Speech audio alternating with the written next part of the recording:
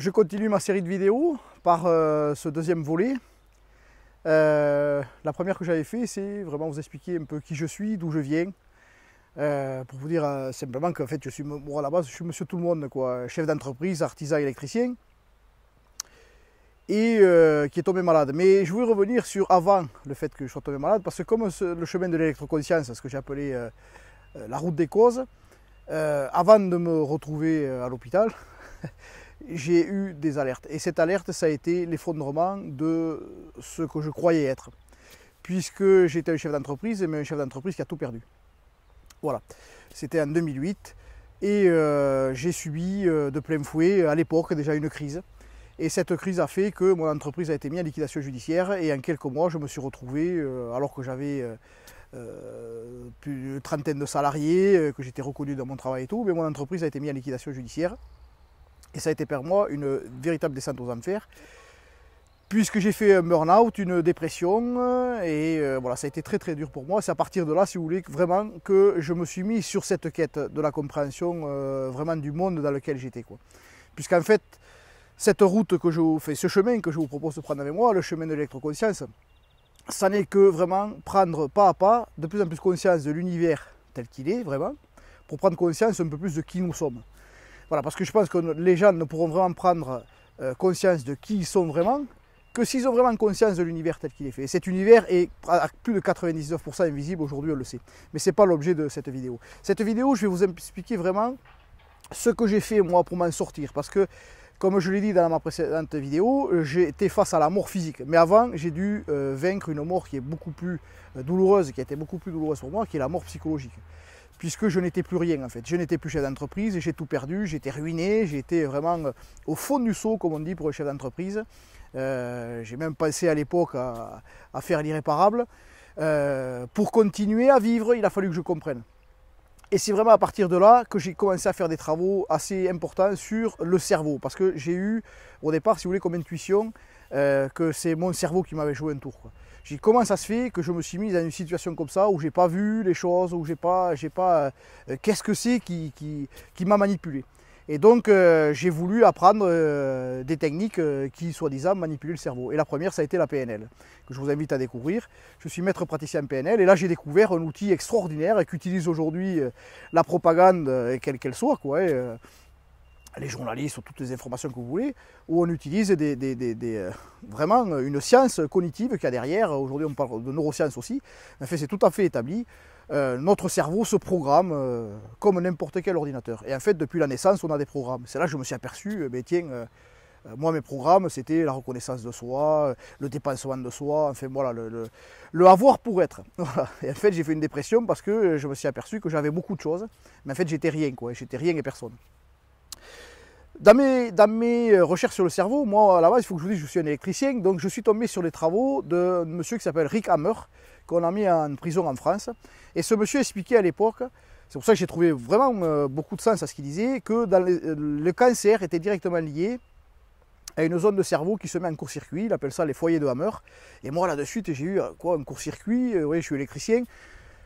J'ai trouvé énormément de sens à son travail. Alors je ne suis pas là pour convaincre personne, mais en fait ce monsieur m'a fait prendre conscience qu'en fait ça peut être un dysfonctionnement de notre cerveau qui peut induire un état pathologique derrière. Voilà, si vous devez retenir quelque chose, c'est ça. C'est mon cerveau, en fait, il peut être manipulé, et deux, il peut dysfonctionner, et en trois, il peut créer un problème de santé. Mais moi j'ai voulu aller encore plus loin. Qu'est-ce que c'est qui est au-dessus du cerveau ? Et donc j'ai fait des études sur l'hypnose. Voilà, l'hypnose flash, comme ce que vous pouvez voir à la télé avec Mesmer. Et là aussi j'ai découvert un monde incroyable que je vous invite à découvrir. Là, vous avez du temps pour ça. C'est l'hypnose de Mesmer, mais du vrai Mesmer d'autrefois.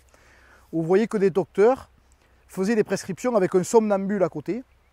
Et dans cet état particulier de conscience, le somnambule rentrait dans la conscience de la personne qui rentrait dans le cabinet et était capable de dire au médecin ce qu'il fallait qu'il prenne. Incroyable, on a fait des expériences fabuleuses et j'ai assisté et j'ai pratiqué l'hypnose et je peux vous garantir que l'hypnose est très très efficace pour aider les gens à aller mieux sur des processus cognitifs qu'ils n'arrivaient pas à faire. Et même pour la maladie, l'hypnose est très très efficace. Et là aussi, vous pouvez imaginer que qu'est-ce que c'est qui programme le cerveau? Ben, c'est tous ces messages subliminaux qu'on a depuis la naissance. Parce que je dis que moi je ne remettais pas en cause du tout la sainte médecine. Ben, ça vient de ça vient depuis tout petit, on a des messages subliminaux qu'on nous rabasse. Et là, en ce moment, c'est la peur du coronavirus, la peur de ce coronavirus, la peur de ce coronavirus, et ça rentre dans le cerveau, et le cerveau, lui, va exécuter ce programme de peur.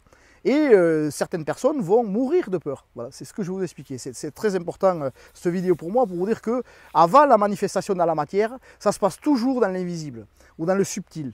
Voilà. Et c'est pour ça que avant de vous parler de bioélectronique et de bien plus de choses, je voulais vraiment vous parler de cette partie-là qui est avant du cerveau. Qu'est-ce que c'est qui commande le cerveau? Et là, vous avez énormément de choses sur Internet.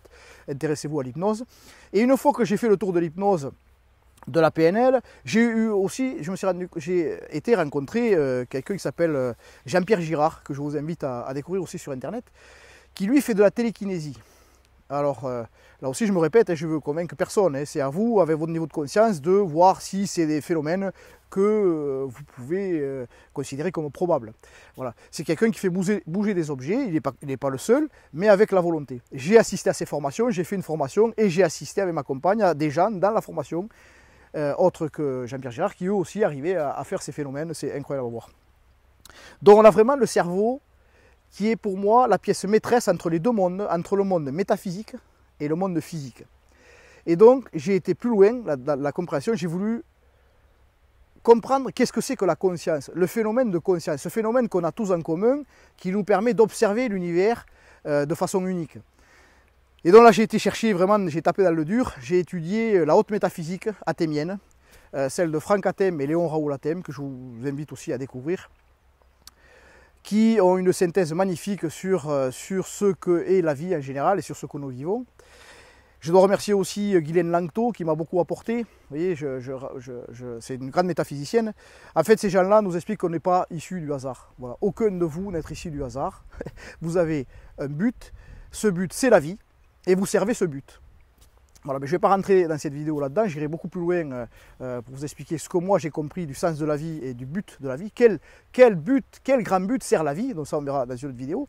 Mais je voulais vraiment vous expliquer qu'il y a aussi la partie métaphysique qui doit expliquer aussi ce qu'on vit dans le physique. Voilà. Et j'ai été très très profondément, avant que je tombe malade, c'est tout le travail que j'ai commencé à faire en amont, c'est comprendre les mécanismes du cerveau, comment le cerveau en fait est juste un outil, comme un ordinateur qui se programme de tout ce que vous voulez. Voilà. Depuis votre petite enfance, vous avez une façon unique d'interpréter ce monde, et c'est par rapport à des programmes. La maladie est un programme aussi, ça je le développerai plus loin, mais il faut qu'on aille pas à pas un petit peu plus loin à chaque fois. Aujourd'hui j'en profite, il fait super beau et j'espère que vous apprécierez cette vidéo. Moi j'ai une chance, vraiment, je sais que je suis privilégié de vivre dans la nature, quoi. Voilà. Donc je me répète, les mécanismes du cerveau sont induits par des programmes invisibles. C'est des programmes immatériels, on va dire, de l'information immatérielle. C'est le mode quantique, en fait, quantique ou métaphysique. Et c'est là aussi que c'est la conclusion de cette vidéo, quelque part, c'est que le monde invisible et subtil a la suprématie sur le monde visible. Voilà.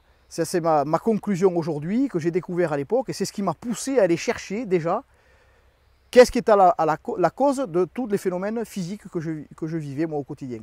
Et donc dans ma prochaine vidéo, je vais vraiment vous sensibiliser sur ce que j'ai découvert de suite et que j'ai mis comme solution immédiate dès que j'ai compris que j'étais l'unique responsable de m'être retrouvé comme ça à l'hôpital sans rien comprendre et en voulant à la terre entière. Pourquoi me mettant dans la victimisation en plus? Qu'est-ce que, voilà, soignez-moi docteur. Vous voyez, on donne notre vie qui est le plus important à des gens à l'extérieur de nous, voilà, qu'on a mis certainement...